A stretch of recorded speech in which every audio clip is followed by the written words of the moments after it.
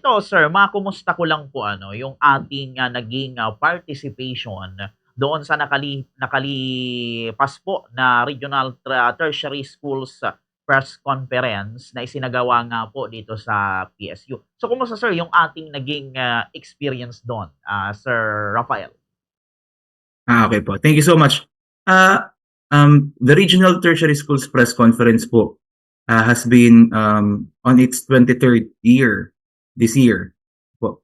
So ako po ay nagsisilbi ngayong president ng association which hosts the Regional Press Conference. Our association is the Association of Tertiary Schools Publication Advisors of Bicol. Binubuo po kami ng mga publication advisors mula sa mga higher education institutions, mga state universities, local universities and colleges, mga private universities mula sa buong Bicol region. And last January 20 to 30 nga po, hinost namin ang 23rd Regional Press Conference for college students sa Partido State University. And naging successful naman po ang ating pag-host ng Regional Press Conference. It was participated by at least 30 higher education institutions with over 350 participants from the whole Bicol region. And of course, that is with the support of the Commission on Higher Education Region 5. Opo. Ito sir ano, Regional Tertiary Schools Press Conference. Taon-taon ba 'to sir ginagawa, Sir Rafael? Yes po, annual conference po siya. So, nag-start ako sa Regional Press Conference when I was in college. So, after graduating college, naging publication advisor po ako. So, from then on, every year nagpa-participate na kami sa Regional Press Conference until nga po ngayon we are serving already the president of the association. So, every year po siya. We are now on its 23rd year. Alright, yun, very well said, Sir Rafael. So dito, Sir Rafael, sa Regional Tertiary Schools Press Conference, ano po ba yung mga o ano-ano po ba yung mga competition na sinasalihan dito, sir, ng mga delegates or ng mga participants, Sir Rafael? Alright. For the competitions, originally, before this year po we had the traditional events for individual events. So kasama po dyan ang news writing, feature writing, sports writing, and all other writing events part of the journalistic competition. And aside from that, ang pagkakaiba po namin dito or ang pagkakaiba ng contest sa college sa basic education is that meron po kaming mga art contests aside from the editorial cartooning. We also have comic strip drawing, and we also have our literary graphics illustration. Okay? And also this year, we've introduced yung digital format or digital competitions for the arts, digital editorial cartooning, digital comic strip drawing, and digital literary graphics illustration. And also, apart from the individual events, our contestants, our participating publications also send their entries for the group competitions. Yung mga papers po nilang pinoproduce within their schools, they submit it for contest, regional, and also we also submit their papers for the national competition, which is the Luzon-wide Higher Education Press Conference. So, bali po ang mga nananalo sa atin dito sa Regional Press Con, they represent the Bicol region to the Luzon-wide Higher Education Press Conference, which is now being participated by schools from all over Luzon. Alright, so para palang ano ito, sir, inline sa journalism or sa pang-media na gawain, Sir Rafael? Yes po. This is one way of empowering campus journalism. Yung activity po natin regional and national, this is one of the ways on how we empower campus journalism among our higher education institutions because that's very important. Alright. Dito sir sa ano, sa USAN o sa University of St. Anthony, kumusta sir yung naging resulta o yung mga naging result nitong mga Regional Tertiary Schools Press Conference sa atin? Ilan po ba yung mga nakapag-uwi ng mga tawag nito, yung mga award, Sir Rafael?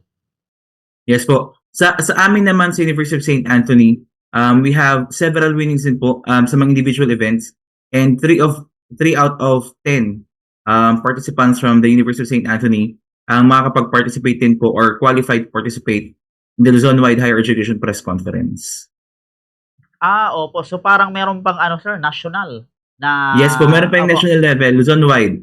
Yung mga nananalo po sa atin dito sa Regional Presscon, yung first to fifth places in all of the events, they are qualified to participate in the zone-wide higher education press conference. Ang pagkakaiba po kasi natin sa college, yung hino-host po nating press conference dito, the contestants or the students can participate to at least 3 events. So halimbawa kung nag-participate siya sa news writing, kung kaya pa niya mag-feature writing, pwede siyang join pa doon sa feature writing, or kung kaya pa niyang mag isang event like sports writing or DevCom writing, pwede pa siyang mag-participate sa event na yun. So bali po, up to 3 events ang pwedeng salihan ng mga estudyante natin kapag sa press conference. Alright. Bukod sir sa pag-empower ng campus journalism, ano pa sir yung parang isa pang mga objective bakit natatag itong Regional Tertiary Schools Press Conference, Sir Rafael? Yes po. Well, the primary purpose, of course, empower campus journalism. No, that's basically the purpose of our regional press conference. But aside from that, we are also molding our participants to be models of critical thinking. Okay? Because di ba po sa atin ngayon, we are at the age of artificial intelligence. We are at the age of um, overflowing na sources ng information. We can no longer determine which is true or which is not, right? So yan din po ang isang purpose ng ating event, to hone and develop critical thinking among our participants, because without critical thinking, of course, we will be susceptible to fake news, we will be susceptible to misinformation. So yan din ang isa natin din-develop sa ating pag-host ng event. Alright, iyon. So, very well said, Sir Rafael. So, dito naman sir, sa part naman ng mga campus journalist natin, kumusta sir yung ano natin, mga campus journalist dito sa ating universidad, sa USAN, sir? Okay po. Um, at USANT, no, at USANT, we are kumbaga, we are at this point where we are again starting to make the paper, the campus publication, um be more relevant to the university. Okay, kasi for several years na nagkaroon tayo ng um uh, lull period because of the pandemic, nagkaroon din po tayo ng kumbaga challenge on how to rebuild again and how to reorganize the school publication.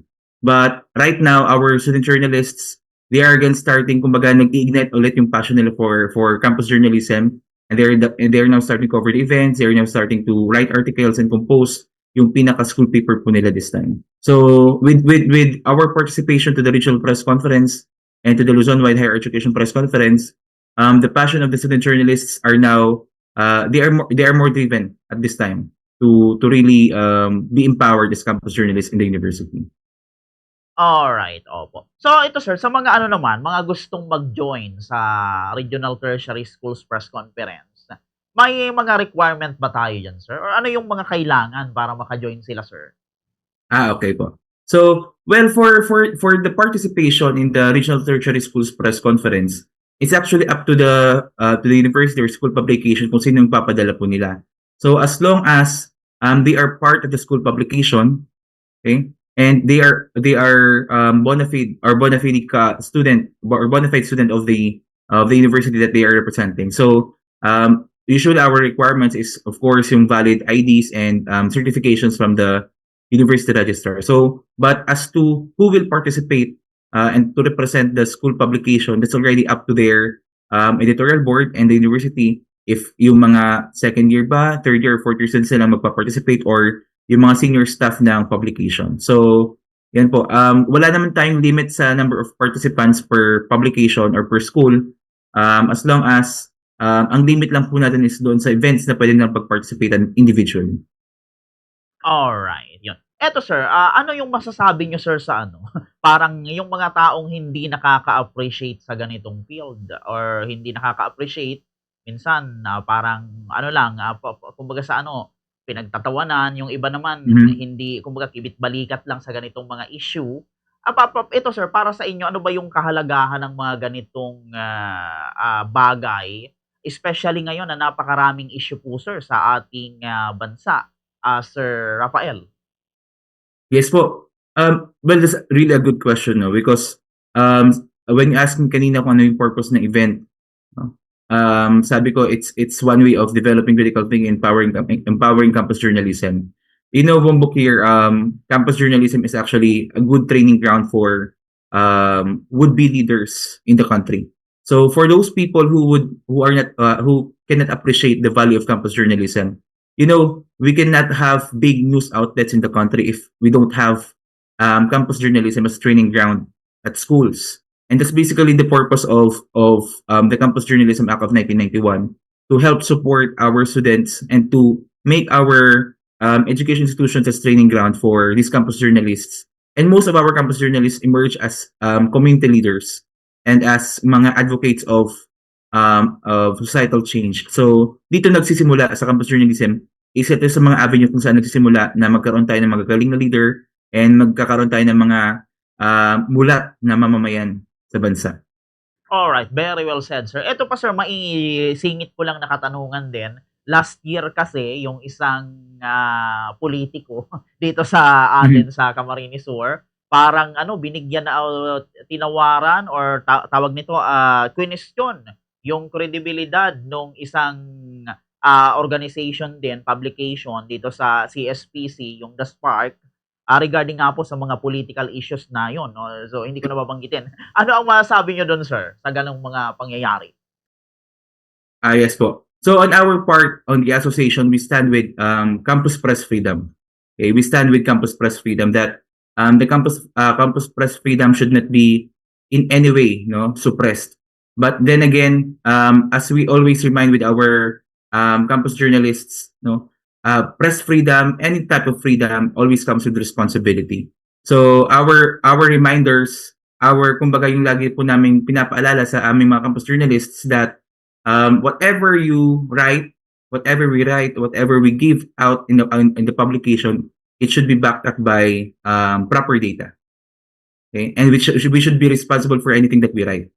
Okay, because as advisors, it's also our role, technical advising and reminding our students that anything that is written on the campus paper should not be in any way libelous or should always be verified. So on our part in the association, we always stand with the practice of campus journalists, and we always stand with the measures how we uphold campus press freedom in any institution. Okay, but the bottom line is the campus press freedom, just like speech, freedom of speech, it always comes with responsibility. Opo. Pero kayo, sir, personally, bilang kayo ay official naman itong Association of Tertiary Schools, tawag nito, Publication Advisor sa Bicol, hindi ba kayo, sir, naaapektuhan ng mga gano'n na parang maliit na nga yung pagkakilala sa amin ng ibang mga tao, sa mga campus journalists, ganito pa yung ginawa ng isang politiko? Sir, Sir Rafael. Well, in reality po kasi, Bambukir, what happens is that iba ang context kapag nasa state university ka, iba rin ang context kapag nasa private university ka. Iba rin ang context kapag nasa local university ka or local college or university ka. So, with those experiences, it's actually a challenge for the advisor. It's always a challenge for the advisor of the publication, how he will be managing things, on how he or she will be weighing things, and on how he or she will be leading the group, to at least ang pinaka end purpose pa rin is to share the truth, protect the truth, and of course uphold press freedom. But of course, personally, if you will be asking me, personally as a campus journalist before and now a publication advisor, it will always have, kumbaga, meron lagi yung impact sa amin as advisors this time. But hindi ka kasi pwedeng magpadala sa bugso ng damdamin mo, especially in the campus journalism field or in the field of journalism. You always have to be objective. You always have to be factual, right? So, if you will be overpowered by your emotions, you have no way or you have no place in the journalism field. So you always have to put your head above your heart. It's always that way, So you have to support everything with facts and with proper information. Alright. Opo. Ito, sir, mga remaining question na lang. Sa atin sir, ano ba yung ating mga gagawin pa para malabanan naman yung pag-spread ng fake news, 'di ba? And para magkaroon tayo ng boses regarding sir sa mga nangyayari ngayon na corruption, katiwalian, yung Mhm. mga flood control, ano yung ating mga ano diyan sir, parang gagawin pa? Yan po. Thank you so much for that, for the question, Bombo Clear. Now, at the association, we are looking into, or we are exploring some other avenues or activities that would empower campus journalists in their respective institutions. So, aside from the annual regional press conferences that we hold, we are also looking forward to holding several activities, just like we are planning to hold a regional campus media summit this year, where we're going to invite mga campus journalists, not just campus journalists, but also yung mga communication students and all other interested students to participate. But at least we will have a proper forum, proper discussion for these issues that are confronting now mga students and how they can stay relevant into the national issues. Kasi before Bombo Clear, as many people know, ang campus publication, just like us, we are just confined with activities within the school. But right now, we are transcending beyond borders. We're going beyond the borders of the schools. Ang campus papers natin po ngayon are also good avenues now for mga societal issues, mga national issues. Kaya if you're going to read yung mga campus papers natin, lalo sa college, they are giving their opinion pieces, they are giving their editorial pieces about mga national issues. And that at least that is one way of making our students stay relevant, and kumbaga they can give their opinions as well as 2 cents on the national issues that we have right now, just like corruption and all of this. Alright. Eto sir, maisingit ko pang katanungan ano, pag-usapan natin sir yung about sa press freedom na rin kasi napakaimportante ng talakayang ito. Mhm. So para sa inyo sir, kung kayo ang tatanungin, in your opinion po, ah, alam kaya ng lahat ng tao sir yung talagang purpose ng press freedom and naisasabuhay pa po kaya nila ito, sa mga panahon ngayon? Sir, na talagang napakaraming issue sa Pilipinas, Sir Rafael. Yes. Well, reflecting on press freedom, no? Kasi right now, if you're going to ask me, Bombokit, I think most people will be confused of kung alin ba ang proper media, ang journalistic, yung may journalistic side, as well as yung um, hindi sumasang-ayon sa prinsipyo ng journalism. Why can I say that? Because I think most of the people, if tatanungin mo, may kilala ka bang journalist? Kung tatanungin may kilala ka bang journalist or may kilala ka bang vlogger, I think mas masasagot nila is yung may kilalang vlogger, right? But right now, we have this situation na parang mas madami pang kilalang vloggers kumpara sa journalists. And why do I say that? Ang journalism, yung tayo mga journalists, just like you, Bambukir, we adhere to certain principles, ethical principles in journalism, right? But pag sa vlogging, walang masyadong prinsipyo, I mean, hindi walang prinsipyo, but they do not adhere to certain rules. I mean, no? They don't have this set of principles and policies in terms of vlogging, unlike journalism. So if you're going to ask me about press freedom, kung alam ba ng mga tao, I think they are aware, no? Because sabi nga naman natin, media is the fifth state, or the fourth state, I mean, the fourth state. So people run to media people when they don't have anyone to run to. So diyan nakikilala, kumbaga diyan natin kino-consider ngayon yung role ng media and ng mga journalists as watchdogs of the community. Okay? But ngayon nga sa nangyayari ngayon, parang mas kilala pa, no, mas kilala pa and mas na-appreciate pa ng karamihan, I mean ng karamihan, yung mga lumalabas na vlogs compared doon sa mas factual na pinapalabas ng mga journalists. Alright, very well said, Sir Rafael. So ito sir, bago tayo matapos, siguro ano na lang ang ating, una kung meron tayong gustong ibahagi na magiging aktibidad natin sa mga susunod, mayroon tayong gustong imbitahan, bibigay ko sa inyo ang linya sir. And ano yung paalala natin sir sa mga listeners and viewers natin regarding nga dito sa atin pong pinag-usapan sir? Sige po, bigay ko sa inyo ang linya.